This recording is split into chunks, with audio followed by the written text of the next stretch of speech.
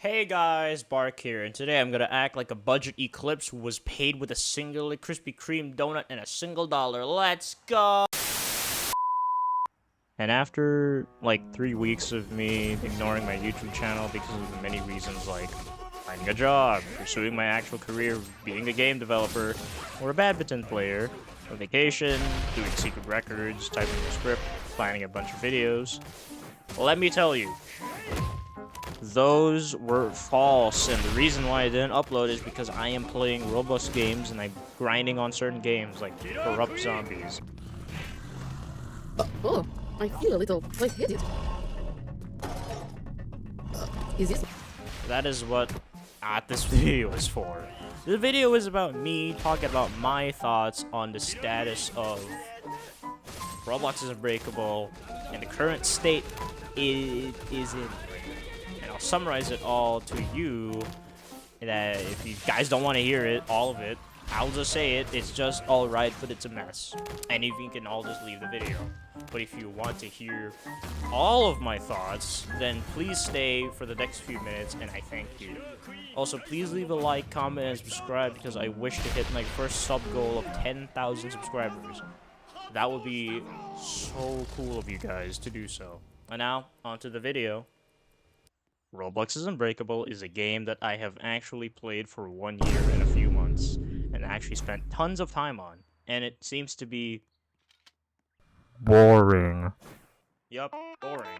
Because, well, I'll be honest, as content in this game is plentiful, don't you ever feel like that is a bit repetitive and boring? Oh yeah, like YB and AOT having the same amount of content as Roblox is Unbreakable. Okay, that's stretching it a bit too far on the word content, but as far as the simple answer of lack of updates, it's more of a lack of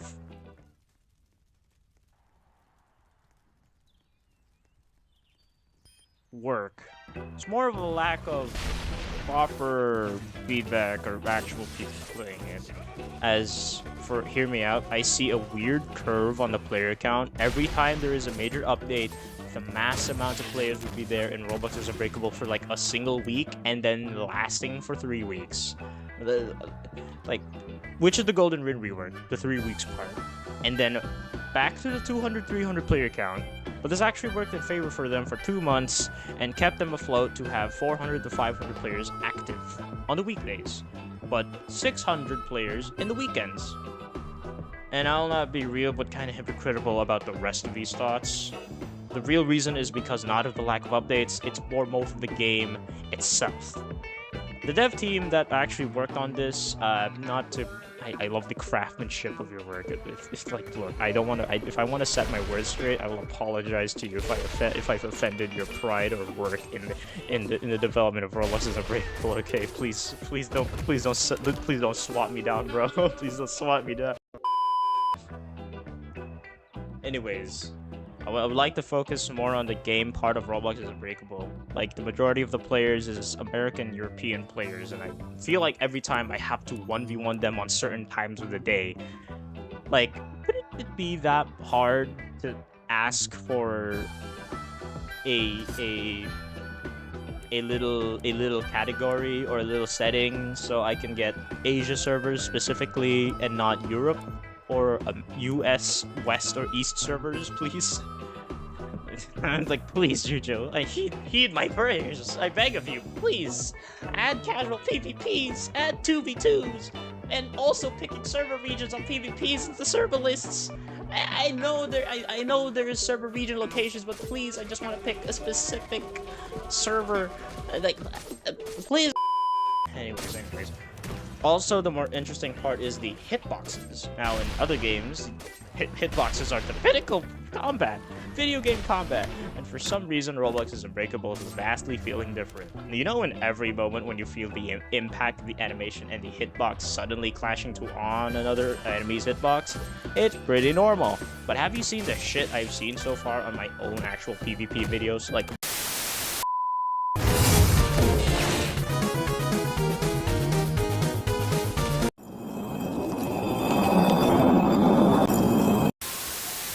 want you to hurt me more.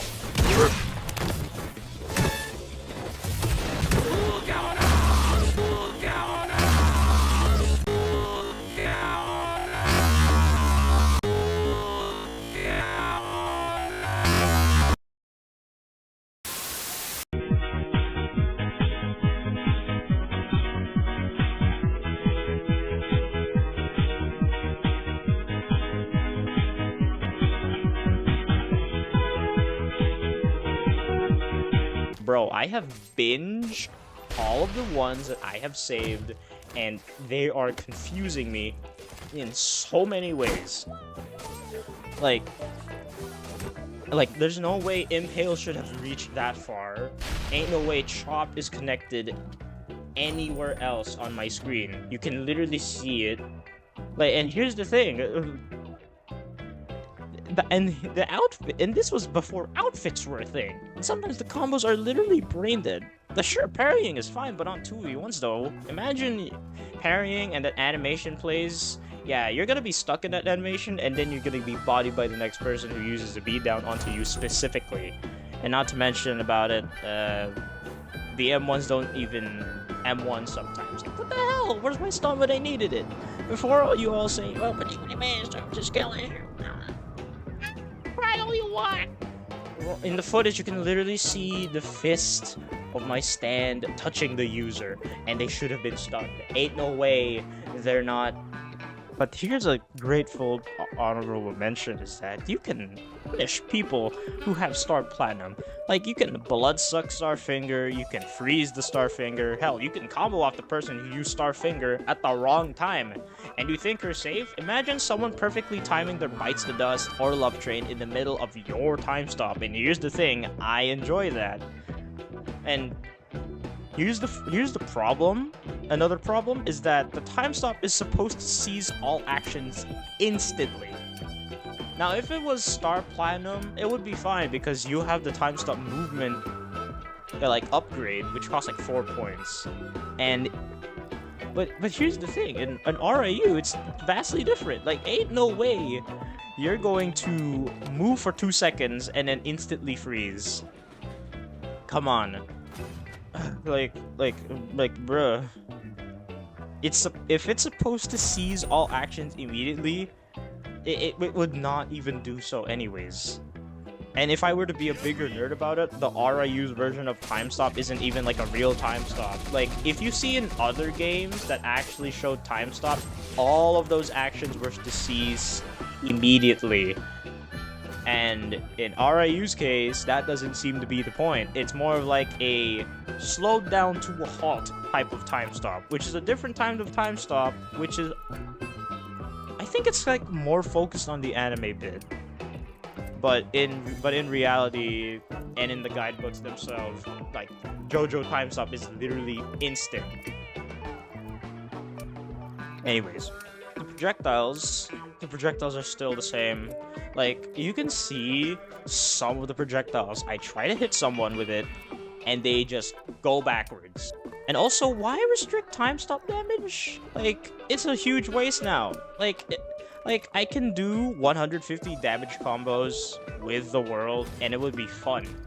Now, every person who has time stop would just do a few M1s and a heavy right click or a heavy punch, and it would, like, 40 damage or 75 is just not enough. It's basically a huge waste now. The world, now every the world user is gonna use time stop for road roller or ignore it, and every Star Platinum the world user will have an accurate 2 seconds time stop, like in the anime. Now, since I'm done talking about the combat, I'm done yapping all the way here, I'm gonna talk about the movement.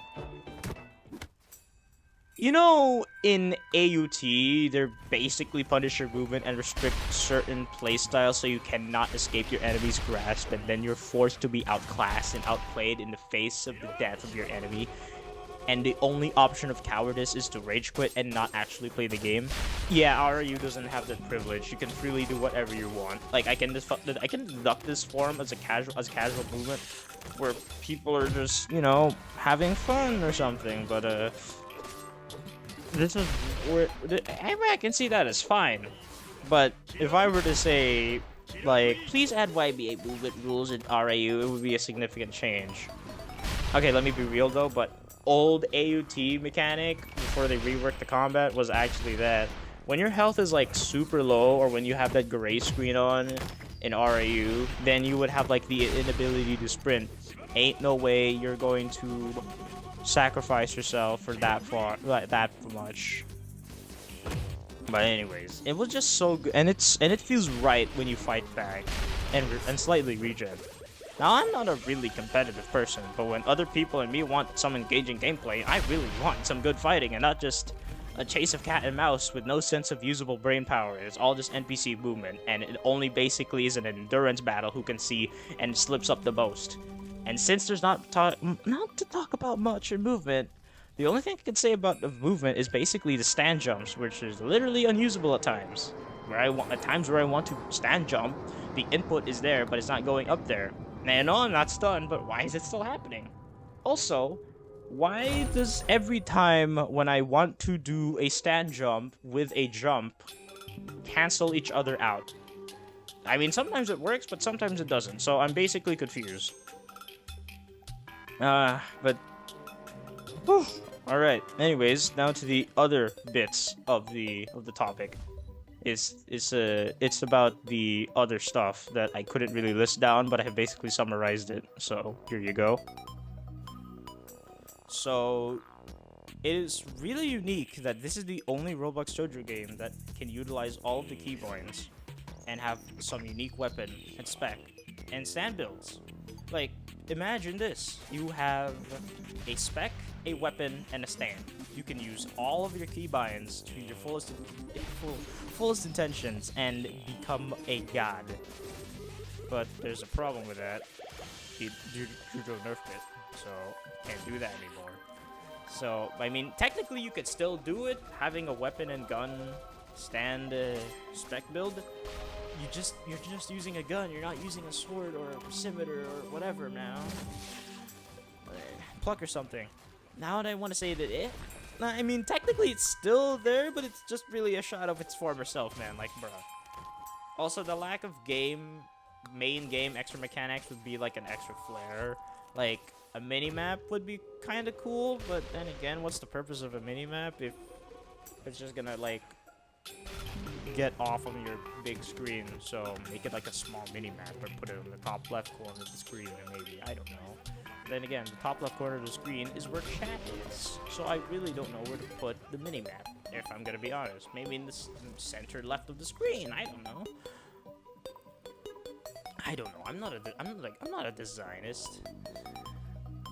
Also, the weapons are unique and were a founding point to do gimmicks amazingly. But I feel like the outfits back then were also alright. Like the buffs, they actually feel good, and not to mention, were not overpowered. They actually are quite balanced. But here is the kicker. The old Diablo show, though, with giving a 10% damage increase was kind of fine, though.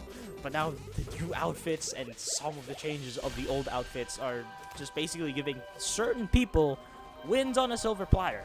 Like the boss suit is literally the poison set bonus, but better, since you cannot even run and dash, and your only opportunity is to block or parry. And to get it is even faster.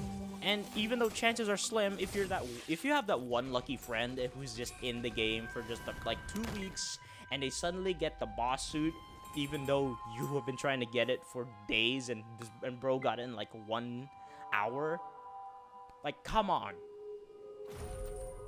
I mean, you're still gonna give him the materials to craft it, right? You can't be that snobby. I'm kidding. I would do that. I'd force them to grind longer. But anyways, the other weapons like the halberd and the battle axe being the two most obnoxious weapons because they're my favorite, and it's because it's the set bonus that they're literally just paired with Hamon or Vam, and you're good to kill everyone in every 1v1 that you see. Except for the poison scimitar. The poison scimitar is like, you know, alright, but poison scimitars can just go to their own little corner there. Yeah, but and the buffs and nerfs. I have no words to say but astounded to say that are they really buffs and nerfs? But overall, like I said from the very beginning, it's alright, but it's a mess. And that is what I basically thought of the state of RIU is on now. Now I know Jujo is already doing a massive rework on revamping the weapons and specs, and also adding new animations. And also teasing out a new stand, which is already there. A few weeks ago, Jujo's cooking us hard with a brand new update. And I'm looking forward to it. Still, I wish to see the return of so many keybinds so I can once again abuse the lightning staff spin or whatever stand I'm gonna do next. And I'm going to theoretically guess on a few things here, like let's say next year, all right? Next year updates that I would predict.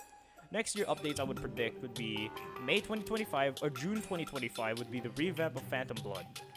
March 2025 or April 2025 would be the markings of the revamp of Hamon or Spin. Maybe Vampire, I don't know.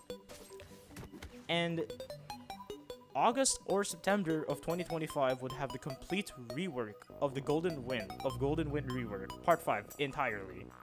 And potentially having some weird nerfs, bugs, and new additional bugs that will never be seen before, or bugs that will forever be in the game, like the character being stiff on the floor thing, or I call it the statue bug, because they're literally stiff as a statue and you can't really do anything with them unless you heavy punch them, or just heavy punch them, or just bully them. I don't know. Now, there will also be, I might be stretching this a bit further, but what if there's like there might include new potential weapons, like the dagger from part 1, or Bio's knife, and the potential reskins I see is Fugo's fork from part 5. Like, maybe a new spec, like the karate spec. Like, I really want the RIU hands to actually throw down and not hold weapons like a nerd. But I'm just kidding. I can already tell from the message histories. Ain't no way there's gonna be a karate spec in Roblox's Unbreakable. I'm hopeful for it, but I am 100% aware that is not gonna happen. But in the many multiverses, maybe there is. I don't know. But I know there will never be a hand-focused spec because it'll be like boxing and YBA.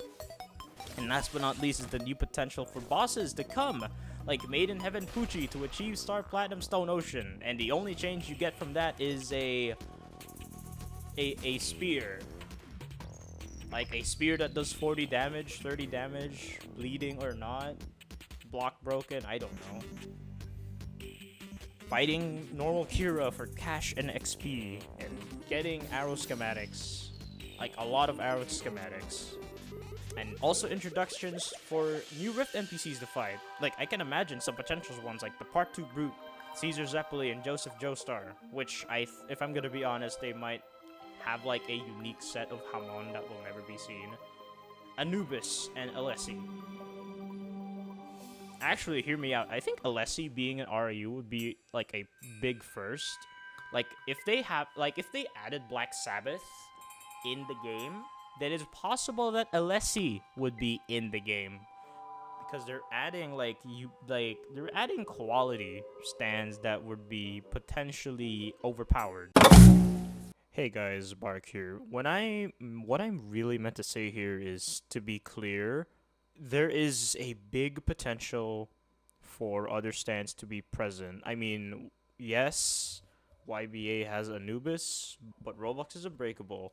Can actually show in other stands with one of their unique movesets. And since Heritage from the Future has like a lot of the minor antagonists like fighting, then it's 100% plausible that it could actually work. So that's why. So yeah, I'm gonna be out, and you can listen to the rest of the segment again. And like I said, this is a huge stretch. And also, what about the other YouTuber NPCs like Bravely Purple, Black One, Fox 3, Maker Soaps, and Totally Not Me, Bark, just scattered around the map? Like, if Eclipse the Clown is there, I mean, what about us? I'm just kidding. But anyways, that is all of my words for the current state of Roblox's Unbreakable, and I will not be doing a follow-up essay. I'll just summarize all of it in a short, if possible. And once again, that is all. And please remember to like and subscribe for more Roblox content, and I'll see you guys all later. Goodbye.